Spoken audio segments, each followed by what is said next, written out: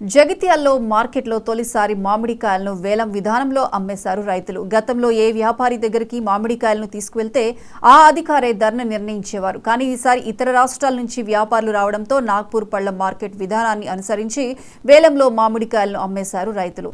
దీంతో రైతులకు గతంలో కంటే ఎక్కువ ధర లభించింది.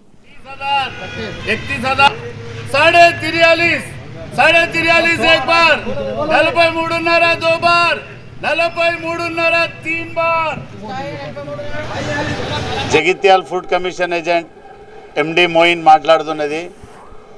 మ్యాంగో మార్కెట్ ప్రెసిడెంట్గా జగిత్యాల్ మన రాజీవ్ గాంధీ మ్యాంగో మార్కెట్ చలగల్ ఇంట్లో మంచి మార్కెట్ ఏర్పడింది.